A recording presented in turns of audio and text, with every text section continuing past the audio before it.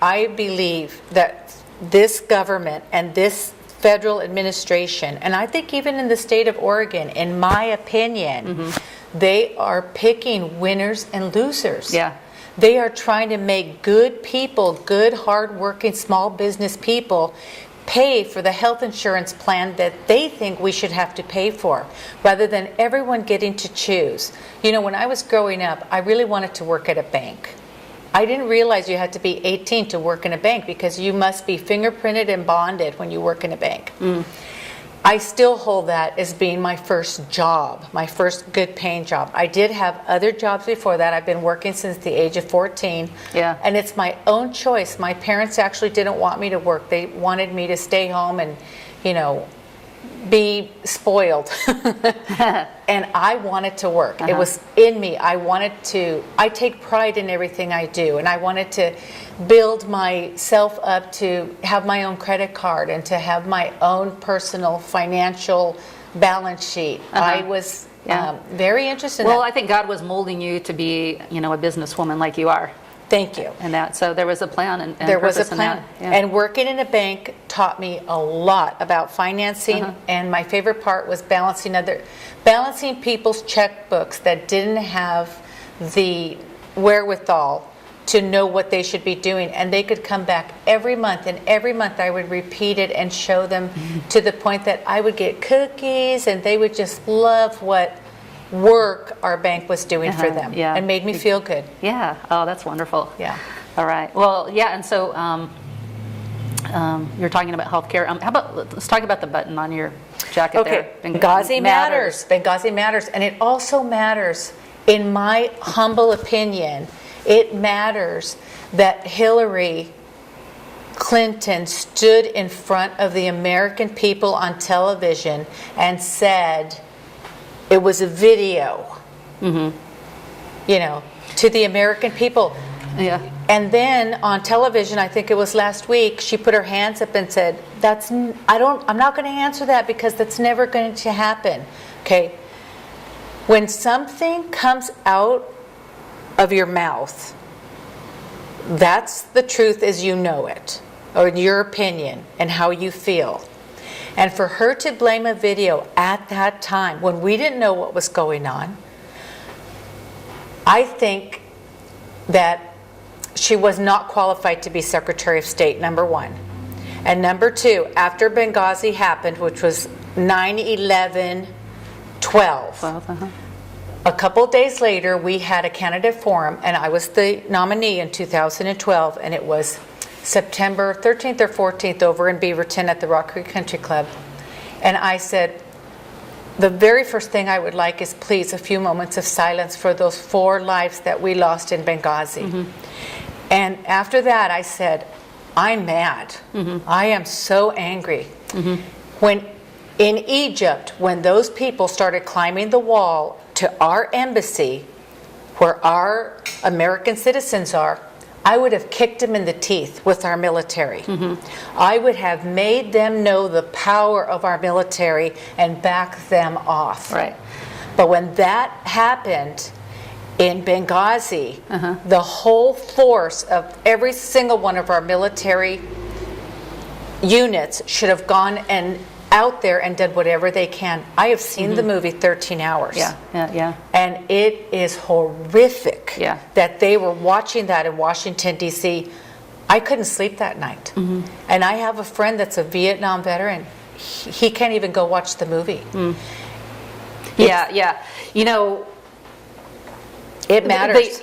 It matters. You know, there's a conspiracy behind it, because what are they trying to hide? That's what matters. That's what she doesn't want to talk about. Your opponent, it probably isn't going to talk about it either.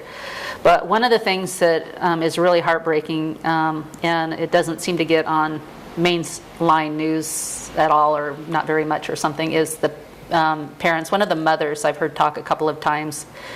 Actually, I emailed her one time and asked if she could come on the show, and she said, "Oh, I don't want to get on politics. I just, want to, remember my son." And I was busy. I didn't push it or anything, because, But anyway, I've since heard her on an interview, and she is so livid and so angry, and primarily at Hillary, because Hillary at first she told her it was a video, and everybody else it was a video, and then she said, well, we'll let you know when we find out. And she's not answering or responding in any way, shape, or form, including Obama. Now, this is people that served the country, served Obama's will and what Obama wanted them to do there. And then when they get killed by, questionable reasons, things that are out that, are sinister, more than likely. And then the parents, that was her only son. And I believe, if I remember right here, she doesn't have a husband, maybe the husband deceased or something. So she doesn't have anybody in her life, maybe her brothers and sisters. Well, the part that I believe is when it's a father that wrote in his diary, it's a sister that was pulled over by Hillary, and another mother, that were all told the same thing. There's no difference. Now, to have one person say this, if everyone else would have said the opposite, then you could wonder. But when 3 people are out there giving you the story, and those 3 lives matter so much to all their family, not just the ones that are speaking up, but every single member of that family lost someone. Right. I know, I've lost both my brothers. Different reasons, one in a car accident, one from leukemia. Yeah. It hurts, and it hurts forever. Yeah.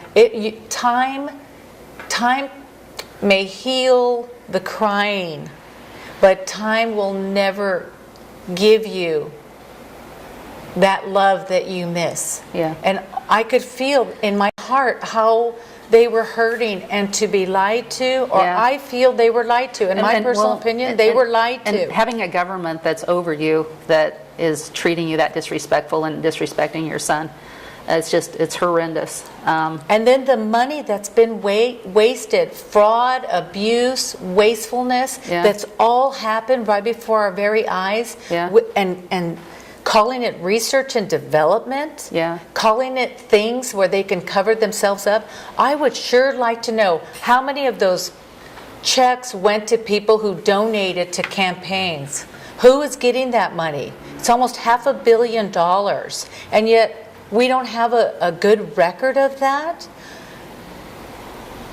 One example of what Obama did very early in his administration is cash for clunkers. Yeah. Okay. I didn't know about cash for clunkers. I thought it was someone getting a check for buying a new, more economical car. And I have a friend that's a car dealer, and I started talking to him about it. It messed up their system, didn't it? And he said, do you know that people brought in cars that were in good shape, that had good gas mileage, no wear and tear, nothing you could see?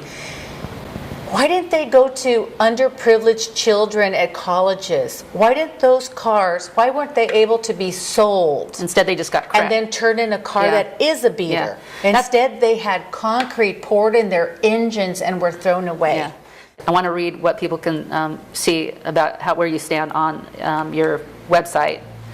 You talk about the U.S. Constitution, strong military, right to life, which begins at conception, limited government, states' rights, removing government from health care, tax reform, right to bear arms. Is there anything you'd like to touch on? Well, I would like to say that, in my opinion, when you have the government trying to interfere in moral character of your children in schools, and you see your congressional representative is over at Planned Parenthood trying to make sure they don't lose their money, there's a huge disconnect. There's a huge disconnect. In Congressional District 1, Planned Parenthood is so corrupt. and in Congressional District 1, when you look at the demographics and you see that so many Hispanic people live here, business owners, workers, your biggest immigrant, if you want to call, population would be, I would think, Hispanic. And the State of the Union address happens, and our congressional representative takes a Muslim because it's more important, because that's the most important thing she could do, is take a Muslim to the State of the Union address so that she could be seen with the Muslim. I have nothing against Muslims, nothing against their religion or whatever they want to practice. But in the United States, we're all equal. We're all Americans. And if you choose to take someone, you're making a statement. If you choose to put someone as important as going to a presidential State of the Union address, then you're making your priorities known. And to me, that's wrong. It's not about her priorities. It's about the people's priorities. Yeah. And that has got to Well, change. and Sharia law, you know, I've read a lot of the Quran because I wanted to know what was going on. Sharia law, and it, you know, adheres to the Quran. And that has nothing to do with the Constitution. Now, that sounds politically incorrect, you know, but politically correct is getting us in trouble, okay? Yeah. But if someone was practicing Sharia law in their own home, we would have nothing to say about that because our Constitution allows them to practice that. Unless they're stoning their wives, which allows them to do that. And, you know. Well, of course, that's murder. That's murder. That is against the law. That's what I'm saying. It totally, you know, contradicts. Yeah. But there are some things, you can, you know, pray to Allah in your home or whatever. And if they want to, you know, really, it does not.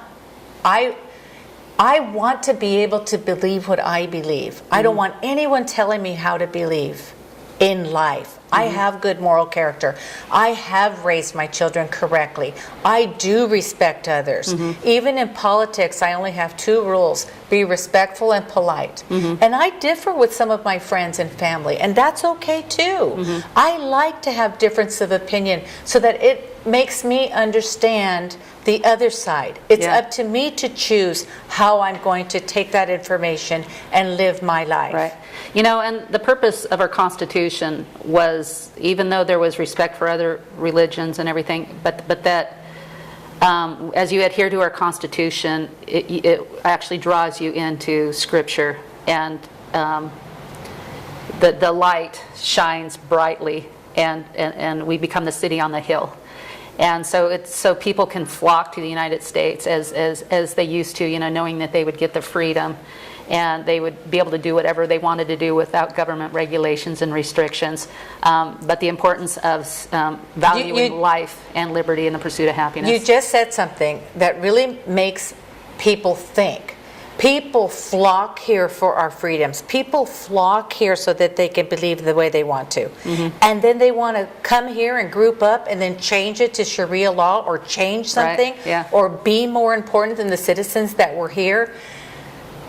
It's the opposite of the way that it should be. You just need to be grateful that you're one of the people that was accepted by the United States. Everyone wants to come here.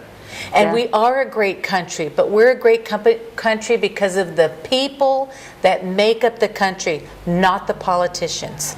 Not the people in government. And we need to get back to where that made us great and gave us freedom. And I always